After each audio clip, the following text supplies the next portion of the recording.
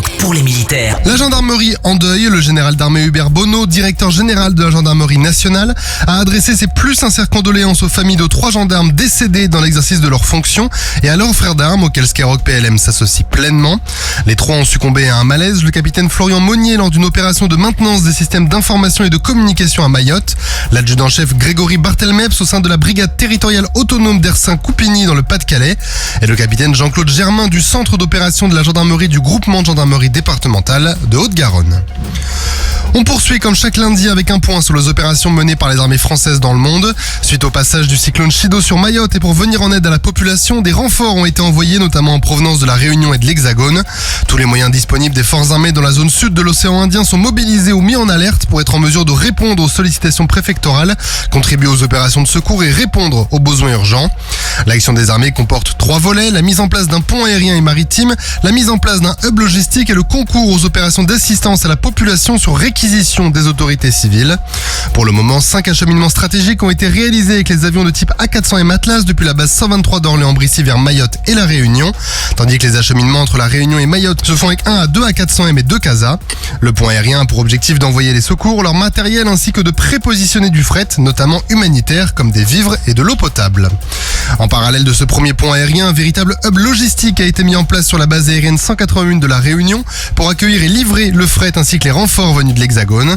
À l'heure actuelle, ce sont 11 rotations entre la Réunion et Mayotte qui ont pu être réalisées.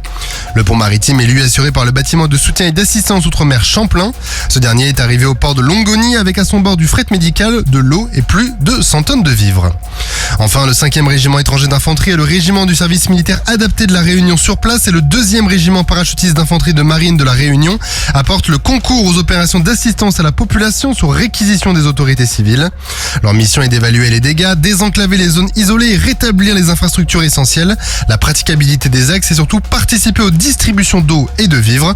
Des évacuations sanitaires à destination de la Réunion sont aussi réalisées par les avions militaires. Actuellement, une 40aine de personnes ont été évacuées par le service santé des armées en direction des hôpitaux de la Réunion. Direction le Liban à présent où la Force Commander Reserve de la Force intérimaire des Nations Unies au Liban poursuit ses patrouilles et continue d'apporter son soutien aux forces armées libanaises. La FCR assure notamment et chaque jour la liberté de manœuvre des contingents de la FINUL en réalisant des missions de reconnaissance à proximité de la Blue Line à la frontière avec Israël ou encore à l'ouverture d'axes et de lieux de passage dans l'ensemble de la zone d'opération. Le tout en coopération et souvent en accompagnement des forces armées libanaises. Au cours de ces patrouilles, plusieurs mines anti-chars ont notamment été découvertes puis détruites. De plus, une frégate est toujours déployée près de la côte libanaise pour contribuer à l'appréciation autonome de la situation de la France dans la région. En Irak, les rafales de la base aérienne projetée au Levant ont poursuivi leur participation au sein de la coalition au-dessus de la zone pour lutter contre Daesh. La semaine dernière, ils ont effectué 16 sorties aériennes pour un total de 75 heures de vol. Chaque semaine est mise à profit pour également réaliser une mission d'entraînement de défense aérienne et de combat air-air avec les forces irakiennes. Sur terre, le détachement français de la Task Force Lamassou a terminé le 2e module d'entraînement des bataillons du désert, qui était cette fois axé sur le combat en section et les manœuvres tactiques. En mer Rouge et suite au sauvetage de l'équipage de l'Isa Star dont nous vous avions parlé la semaine dernière, la frégate française a repris ses accompagnements en mer Rouge et dans le golfe d'Aden pour le compte de l'opération européenne Aspide, qui est une opération de sécurité maritime qui vise à protéger un transport maritime essentiel à l'économie européenne, principalement face à la menace des rebelles yéménites, les Houthis. En Méditerranée orientale, le groupe aéronaval articulé autour du porte-avions Charles de Gaulle poursuit son déploiement.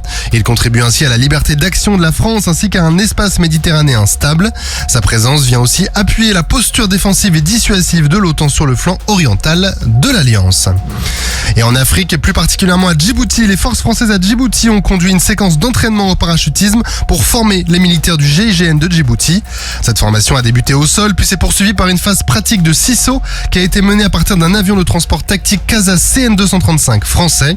Les Mirage 2005 présents sur place ont eux effectué 22 sorties aériennes la semaine dernière, participant ainsi à la défense de l'espace aérien djiboutien.